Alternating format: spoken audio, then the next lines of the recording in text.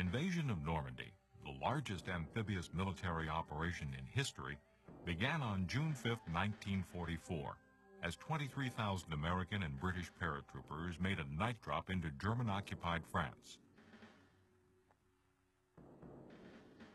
Soldiers, sailors, and airmen of the Allied Expeditionary Force, you are about to embark upon the great crusade toward which we have striven these many months.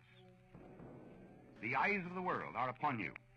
The hopes and prayers of liberty-loving people everywhere march with you. In company with our brave allies and brothers in arms on other fronts, you will bring about the destruction of the German war machine, the elimination of Nazi tyranny over the oppressed peoples of Europe, and security for ourselves in a free world. I have full confidence in your courage, devotion to duty, and skill in battle. We will accept nothing less than full victory. Good luck, and let us all beseech the blessing of Almighty God upon this great and noble undertaking. We were within a quarter mile from the shore when all hell broke loose. Our Navy was still firing over our heads, but further inland, beyond the beach, the enemy was firing point blank at us with everything they had. It was quite dark as we were let out of the assault boat in almost 5 feet deep water. We were lucky to get in without being hit. Many of the assault boats never made it to the beach on D-Day.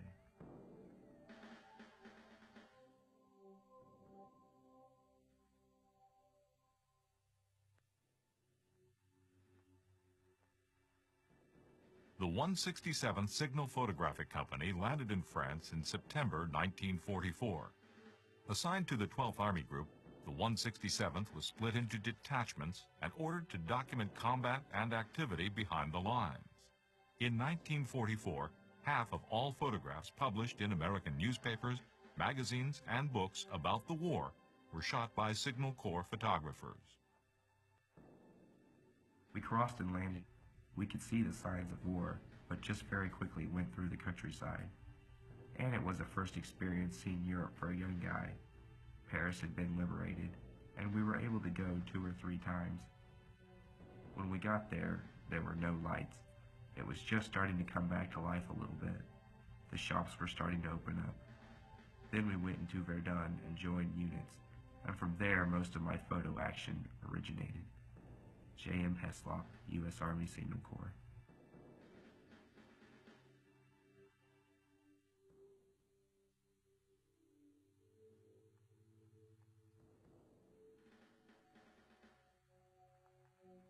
The battle through the Huertgen forest was one of the bloodiest fought by American troops in Europe. By the time the defenses were breached in late January 1945, approximately 24,000 Americans were dead, wounded, captured, or missing in action.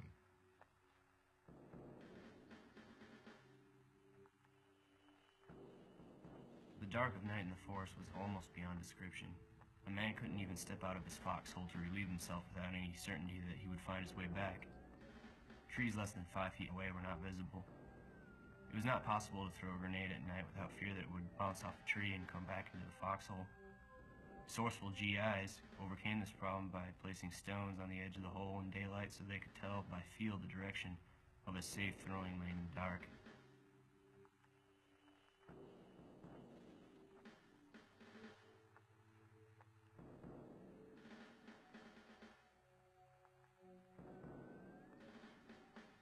Private Conrad Baker of New York, New York, machine gunner in Siegfried Line locale, tries on a new winter overcoat issued him as colder weather reaches the continent.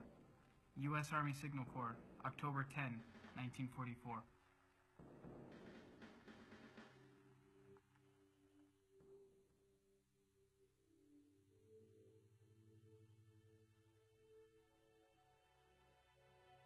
On Armistice Day, November 11, 1944, a symbolic reference to the German defeat in World War I, Winston Churchill, British Prime Minister, and Charles de Gaulle, leader of the Free French government, reviewed Allied troops in a parade down the Champs-Élysées in newly liberated Paris. Free French troops marched down the Champs-Élysées away from the Arc de Triomphe, built to commemorate Napoleon's victories and also the resting place of France's unknown soldier from World War I. November 11, 1944. J.M. Heslop, U.S. Army Signal Corps.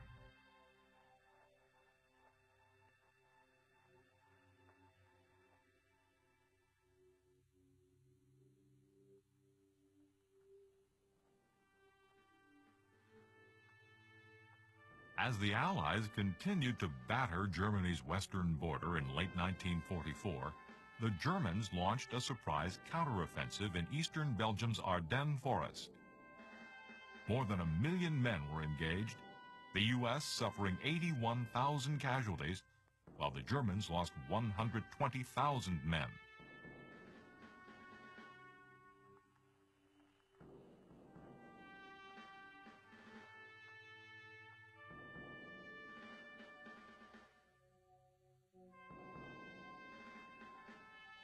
The unit moved with the cavalry to the Bulge, and the holiday season was spent at the beautiful Chateau de Geny. But it wasn't Christmas. It was just another day with the fighting cavalrymen, living in damp halls, eating out of zero weather with the tanks and half-trucks as tables. 167th Signal Photographic Company, Unit 123.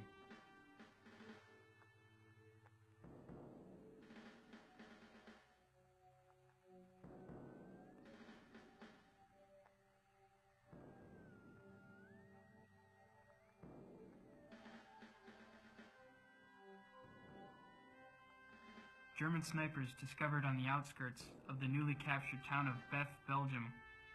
Lieutenant Thomas was followed by volunteers consisting of members of his squadron, an infantry headquarters company, and an infantry company. The attack was launched with rifle fire, fragmentation rifle grenades, hand grenades, rifles, and a bazooka company armed with machine guns and light mortars. 12 Nazis were killed in the engagement. Here can be seen part of the patrol advancing cautiously through the snow. U.S. Army Signal Corps, January 7, 1945.